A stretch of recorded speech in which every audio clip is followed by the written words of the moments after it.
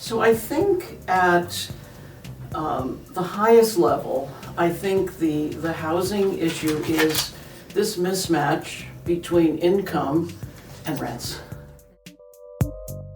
This is In Short Supply, a podcast series examining how the housing crisis, which is worsening with growing inflation, impacts our local communities.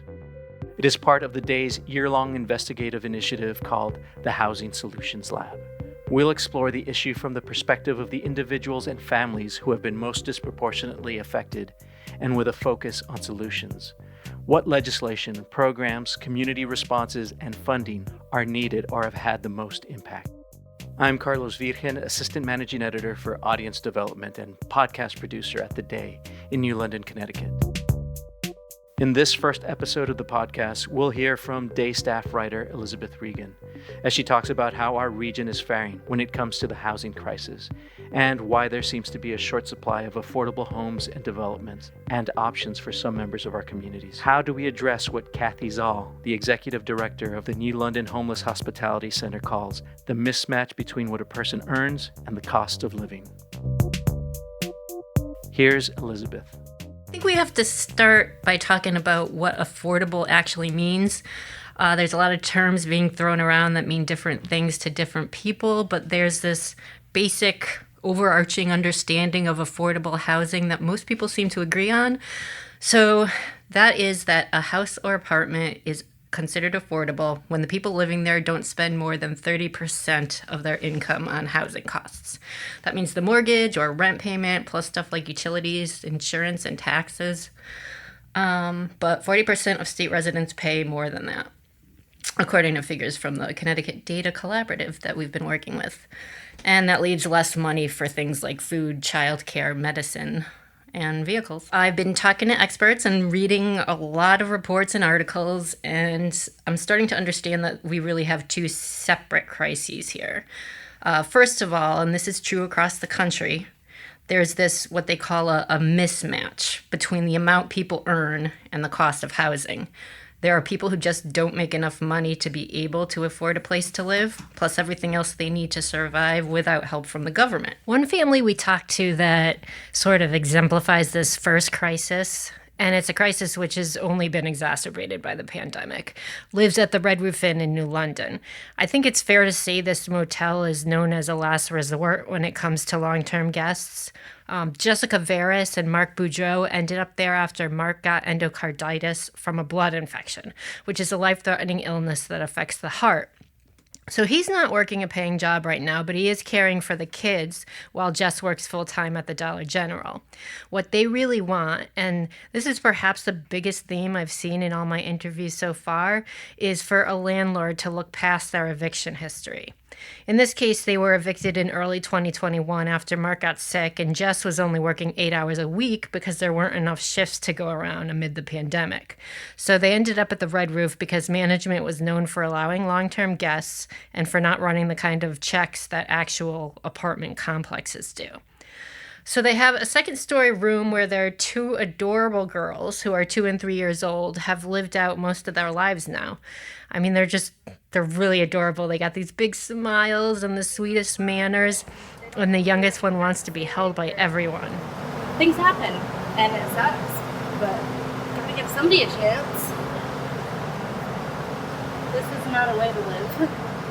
My kids don't have nap times. They don't go to bed the same time every night. They don't sleep through the night. It's hard. They need more structure.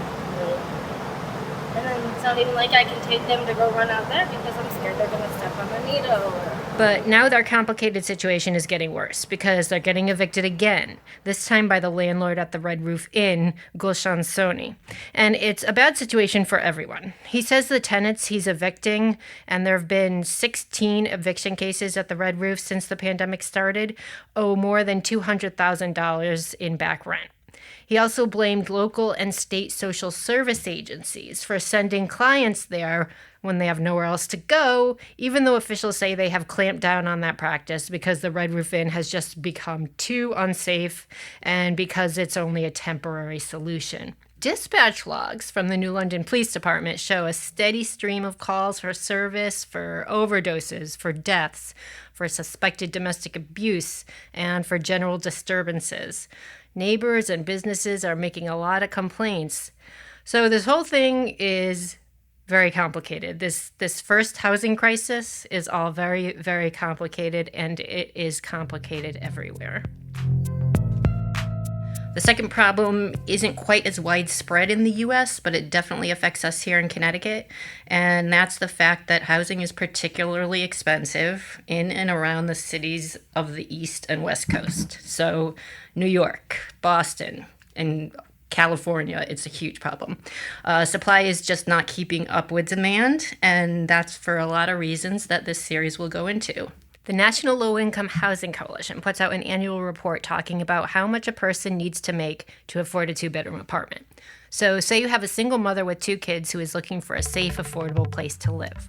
In this part of the state, she would either have to make $27.80 an hour or work almost 2 full-time jobs at minimum wage to make ends meet. So housing advocates say there's not enough affordable housing because there's not enough new construction. And there's not enough construction because local zoning laws in a lot of towns discourage the kind of multifamily developments where more people can live for less money. Some local governments try, and I've seen this, and it's oftentimes spelled out in their official planning documents. They're trying to preserve what they describe as the town's quote-unquote character. And this character has been created over time through regulations that promote single-family homes on large lots. So there's this idea here in New England, and especially in Connecticut, that each city or town is like its own little fiefdom. In other places in the country where counties actually mean something, you don't see everyone clinging so tightly to this idea of local control. But we have 169 municipalities that are recreating the wheel over and over again and trying to put their own spin on it.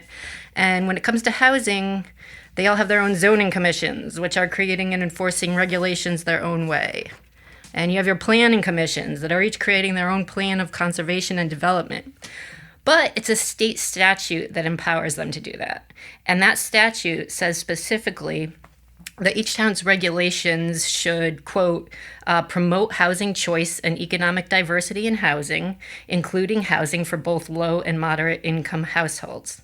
So that's in the statute, and that's what towns are supposed to be doing, but a lot of them aren't doing that. And that's something I've heard a lot about from Finn Darby-Hudgens, who lives in Norwich and works for the Connecticut Fair Housing Center. It's this giant misconception when you hear people talk that zoning is actually about local control, right? And that the clamoring is that cities and towns have the right to do their own zoning, right? Or right to make their own zoning. It's actually an authority granted by the state through 8-2. The state could take it back. The state could say you failed. A lot of housing advocates point to this gap between renters and homeowners to show how this housing crisis is disproportionately impacting people of color. They say it goes back to housing discrimination over generations. And Finn Darby-Hudgens talked a lot to us about that. She explained it relates to the rise of single-family zoning in the 1920s, then the denial of mortgages for those in predominantly black areas after the Great Depression and World War II.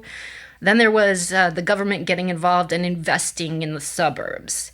And yet, following that, doing this push for urban renewal that actually resulted in the demolition of many neighborhoods where low-income families lived. In Connecticut, when you look at the data, only 30% of white households rent their homes, whereas 60% of people of color rent their homes. So if you need rental housing, you will inevitably have people of color, a higher level of people of color living there. And if your town blocks development, they're saying, we only want white people to live here. And when they say things like, we'll build affordable housing, but it's only for our teachers and our firefighters and people who already live in our community, they're saying, we'll build a little bit of affordable housing for all the white people who already live here. Racism is happening. If white people needed affordable housing, it wouldn't be a crisis. So we like to talk about solutions here on this project. And while I've spent most of my time so far trying to understand the actual problem. One thing we're going to be looking at in the upcoming legislative session early next year is how lawmakers are tackling this issue. One of the most far-reaching initiatives being promoted by affordable housing advocates, and it's spearheaded by the statewide Open Communities Alliance, is called the Fair Share Model. This legislation, which didn't go anywhere in this year's short session that wrapped up in June, would put some teeth to the existing state law that says towns have to promote housing choice and economic diversity in their towns. So fair share is a big proposal, but ultimately it would require towns to add a certain amount of affordable housing based on a formula that takes into account things like median income compared to area towns, existing multifamily housing stock, and the poverty rate. It'll be interesting to see what happens with that, since more comprehensive bills tend to get pushed the hardest in odd-numbered years when lawmakers meet for 5 months instead of 3 months to tackle the most complex issues like the state budget.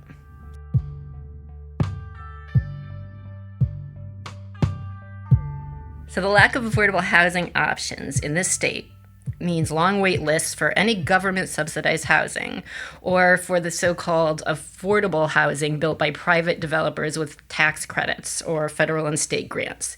These are the developments you see where a certain number of the units are set aside for lower moderate income renters at reduced rates, and to qualify as affordable under the state definition, at least 30% of the units have to be set aside for lower income brackets.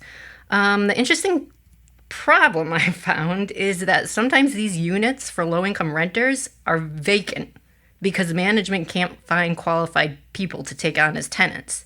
These apartments, they're actually sitting empty, even though there are so many people who need them. And that's because a lot of these complexes won't take people with evictions on their record or poor credit. Then there's the fact that a family needs to make at least a certain amount of money to qualify for these affordable units. We're getting the traffic. Applications are coming in. A lot of the problems that we're falling into right now are credit issues or eviction issues, really. And some of it is, of course, insufficient income, because we do have a certain income bracket with a minimum income that you would have to make in order to qualify.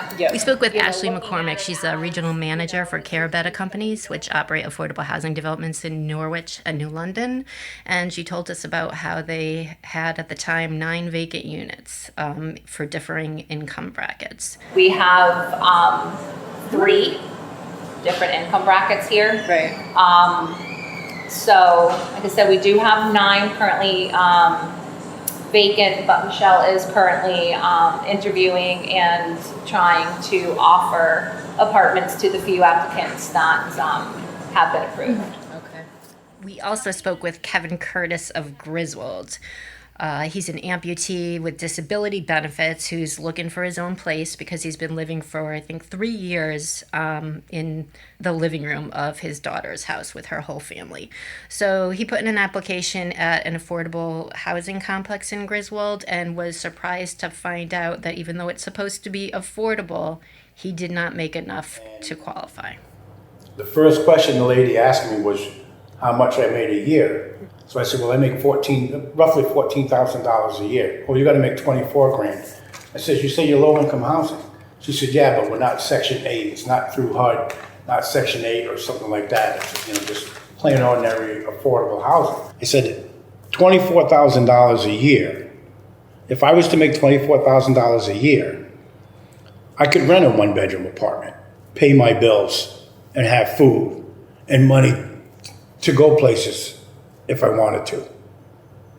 I can't do that at $14,000 a year. And now, with everything that's going on with the economy, with gas prices and food prices skyrocketing out of hell, how would somebody make, somebody like me be able to make ends meet? Another problem is that a person often has to become homeless, and homeless by a very specific standard that doesn't include living in a car or a motel or couch surfing at other people's houses. before they can get prioritized for help by the state. So in New London County, Cathy Zall and her Homeless Hospitality Center are trying to address this by creating a housing resource center. How do we help people from the community that are struggling? Can we do something so you don't have to become literally homeless before you can get some help with rental assistance? And so that's sort of the housing resource center, which is what we're trying to think about is, instead of forcing people who are facing housing instability to somehow figure out, well, I could go here and get this little piece of lead, I could get this here, I could get this here. How can we really be providing people with a place that can help them figure out what they need and then help link them?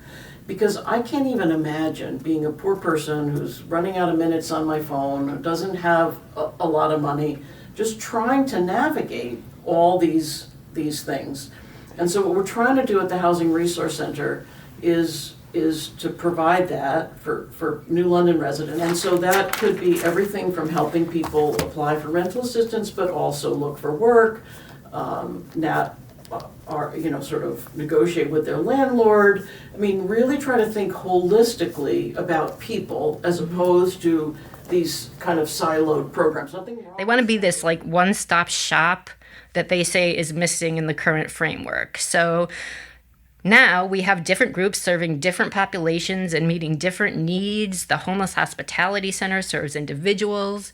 Always Home in Mystic serves families. Thames River Community Service in Norwich helps young parents find housing. There's a lot of different groups and a lot of different needs. I mean, you also have other things that come into this. You have job training, you have food assistance. So the Homeless Hospitality Center wants to become for New London the one place that people can go to get all those needs addressed.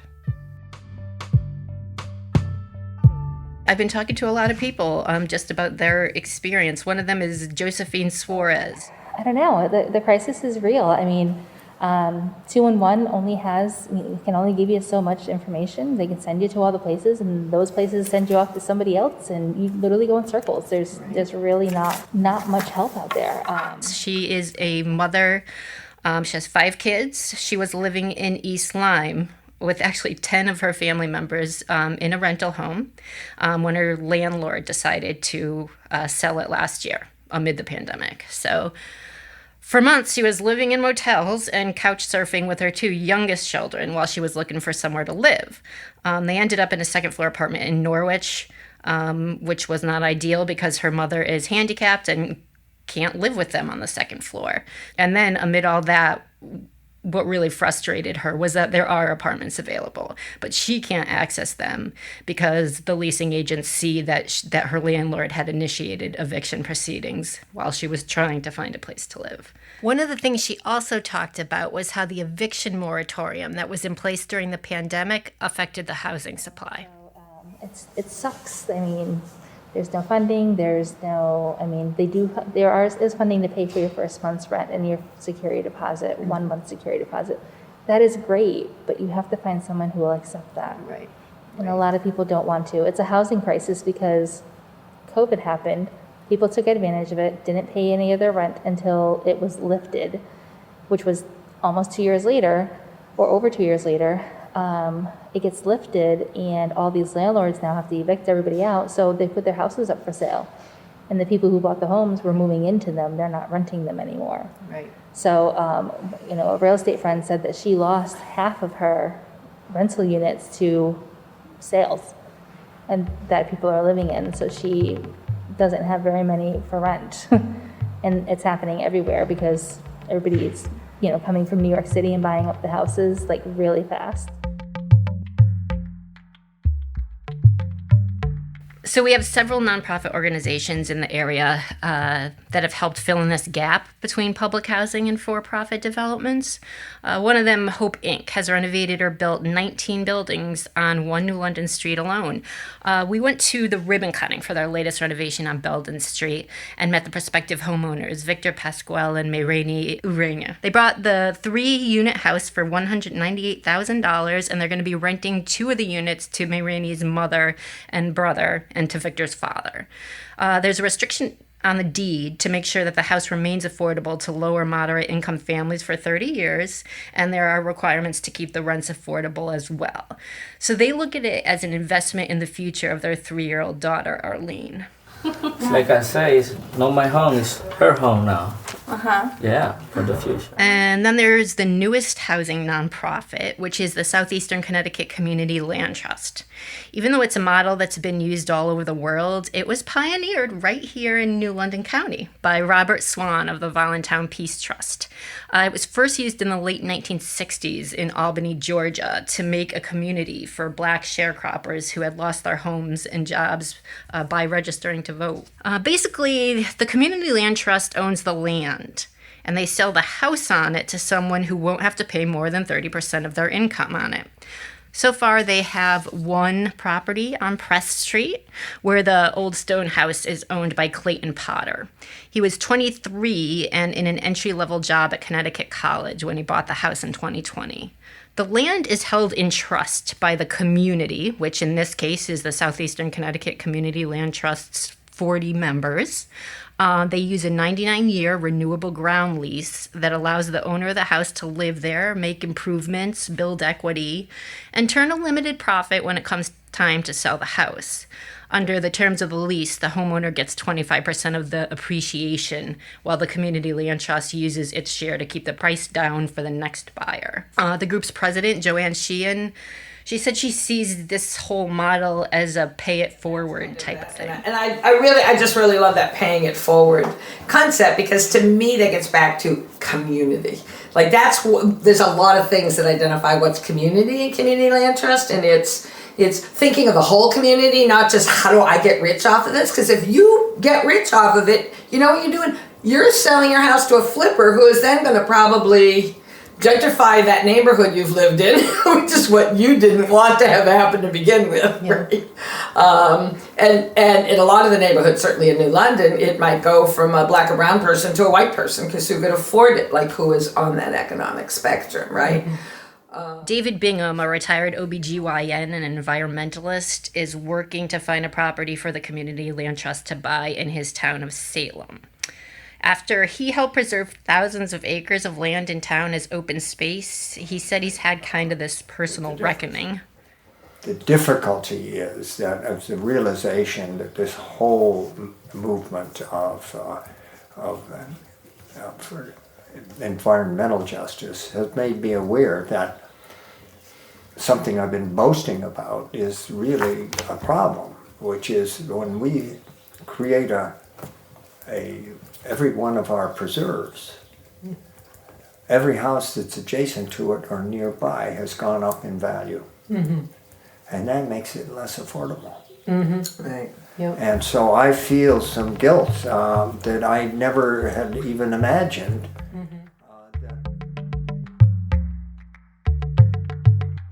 The state statute that's had the biggest impact on generating affordable housing was created more than 30 years ago, with involvement from then New London State Rep Bill Sebas and a lobbyist named Charlie Duffy from New London. They decided the best way to get affordable housing developments built is to give developers a way to get around local zoning restrictions. What the law essentially does is make it easier for developers to take their fight for affordable housing to court. You may have heard it referred to by its statutory section number 830G. So developers have to set aside at least 30% of the units at a reduced rent for those who make less than 80% or less than 60% of the area median income. The statute has been credited with generating about 8,500 units of affordable housing since it was rolled out in 1990. But in some of the suburban towns most resistant to change, the law has gotten a really bad rap, and people are constantly bringing up legislation to try to alter it. The opponents say it's overreach by the state, it's going to ruin the town's character, and sometimes it's going to ruin the environment. These opponents also argue that some developers use 830G as a threat or a negotiation tactic, which I've seen bear out in my own reporting. So these developers might be like, hey, you won't let me build my 240 unit mixed use development here in town? fine, I'll just set aside 30% as affordable, take you to court, and you'll have no say in the matter. Or, hey, Mr. First Selectman, you say you want to buy the land I'm offering you as open space, but you're not willing to pay me what I want for it. So maybe I'll just put an affordable housing development there instead. It's been pretty interesting to watch these kind of scenarios play out. You can support this podcast and the Housing Solutions Lab by making a tax-deductible donation at givebutter.com/thedayhousing. We want to thank our community donors and our supporting partners, the Community Foundation of Eastern Connecticut, the William Casper Graustein Memorial Fund, the Melville Charitable Trust, and the Chelsea Groton Foundation. You can find the housing series at theday.com/housinglab.